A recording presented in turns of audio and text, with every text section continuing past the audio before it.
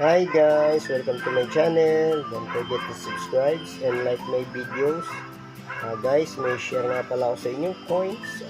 50 centavos 1964 na Philippine coins. So guys is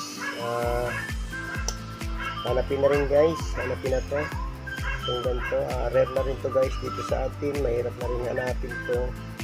Ayan, itong ganitong formang 50 centavos na ganito malaki siya guys. Itong Philippine coins na to mahirap lang hanapin, rare na rin siya. 1964. Ayan, rare na rin to. Madalang na lang yung meron nito, pero kung babayad-bayin mo, madalang ka makakuha ng ganitong coins. Ayan, depende na lang kung may hawak sila na ganito. Ayan, share ko lang po itong aking coins na to guys. Ito, Central Bank of the Philippines guys. Ito yung kanyang likuran bahagi. Ayan, makikita nyo ating logo ng Pilipinas dyan, star. Ayan guys, tatlo, may araw sa gitna. Ayan, Central Bank of the Philippines guys na 50 centavos. Rare na rin to sa atin guys. Mahirap nang hanapin talaga itong ganito guys na barya. Ayan, ito maganda pa itong coins na to guys. Ayan, dagdag collection din to sa akin guys. Ayan, nakakita rin ako ng ganitong coins na malaki.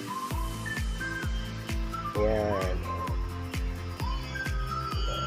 tapos yung gantong coins na malaki, ayan, 50 centavos. Ayan guys, babae siya. May mayon. Ayun yung mayon, bundok mayon natin sa Naga ba yan? Albay. Ayan, parting Bicol. Guys, po ka ng giniling, pinipig. Ayan, pinipig yan. Babae yan guys. Ayan, 1964 guys. Ayan.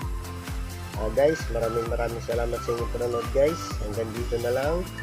At kung di ka pa nakasubscribe, mag-subscribe ka na sa aking munting channel para lagi kang updated sa aking ipakikitang coins dito sa aking YouTube channel. Ayan, maraming salamat po sa inyong suporta guys. Hanggang dito na lang. Keep on watching.